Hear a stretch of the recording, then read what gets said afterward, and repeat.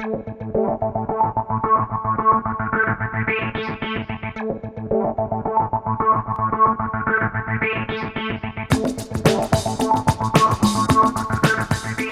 I'm Dave Vickers and welcome to this photography tutorial. In the first two episodes we were looking at shutter speed and aperture, and what I'd like to do in this episode is show you how you bring those things together to make a correct exposure for the photographs you want to take. Before I do that, there's one more piece of information we need to look at, and that's your ISO settings. Now the ISO settings on your camera controls how sensitive to light your digital sensor is. Typical values are 100 ISO, 200 ISO, 400 ISO, 800 ISO. And the lower the ISO number, the less sensitive to light the sensor will be. If you're outside in bright sunlight, an ISO of 100 or 200 should work well. If you're in a lower light situation, raise the ISO number, 400, 800, to make the sensor more sensitive to light to record the image. Okay, that said, let's look at exposure. Now exposure is about allowing the correct amount of light to reach the sensor to record the image. If too much light reaches the sensor, the image will be too bright and overexposed, like this.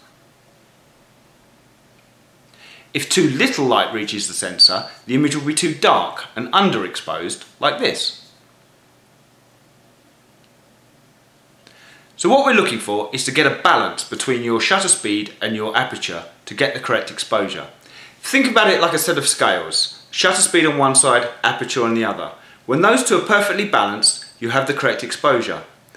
Too much light coming in, you'd be overexposed. Too little light coming in, it'd be underexposed. And when your camera is in manual mode, if you look through the viewfinder, at the bottom you should see a small scale, something like this. This is a representation of your exposure meter. And if the marker is in the center point, you have the correct exposure. If it's going towards the minus side, the image will be too dark and underexposed. If it's going towards the plus side, the image will be too bright and overexposed. Let's have a look at that meter on a real camera and hopefully that'll explain things a little clearer.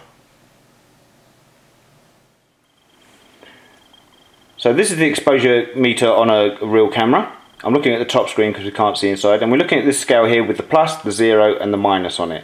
Now you can see the pointer is dead on the 0 there, meaning we're on the correct exposure. And for this set of conditions we're looking at a shutter speed of 1/125th of a second and an f-stop of 5.6.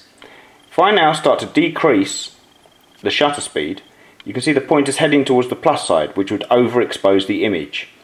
To compensate for that, if I start to close down the f-stops to there, now we're back to the center and that would be a balanced exposure. Let's go the other way and increase the shutter speed. And there you can see it's heading towards the minus side, which would underexpose the image. To compensate for that, we open up the f-stop to bring it back down to the center for a balanced exposure. And that's what you're looking for in the exposure meter, to get it in that center, not towards the plus side or the minus side. Okay? Okay, so now we've seen the exposure meter in a real camera and we understand that center point means you have the correct exposure. How do you use shutter speed and aperture to control the way your images look?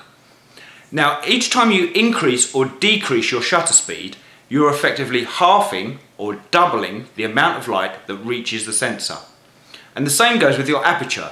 Each time you open or close your aperture by one f-stop, you are halving or doubling the amount of light that reaches the sensor. So by using these two together, you can balance them out to get the correct exposure. Let's say you're shooting a football match and you need to increase your shutter speed to freeze the action. You increase your shutter speed by one increment, we're now out of balance, we're not letting enough light into the sensor, so we need to open our aperture by one stop. That then brings it back into balance for the correct exposure. Another example would be, you want to take a photograph with a short depth of field, and the best way to do this is to open up your aperture by one stop, and again we're out of balance. If we increase the shutter speed by one increment, controlling the light, that then balances it back up to the correct exposure. Hopefully that's explained exposure. I'm Dave Vickers, thanks for watching, see you next time.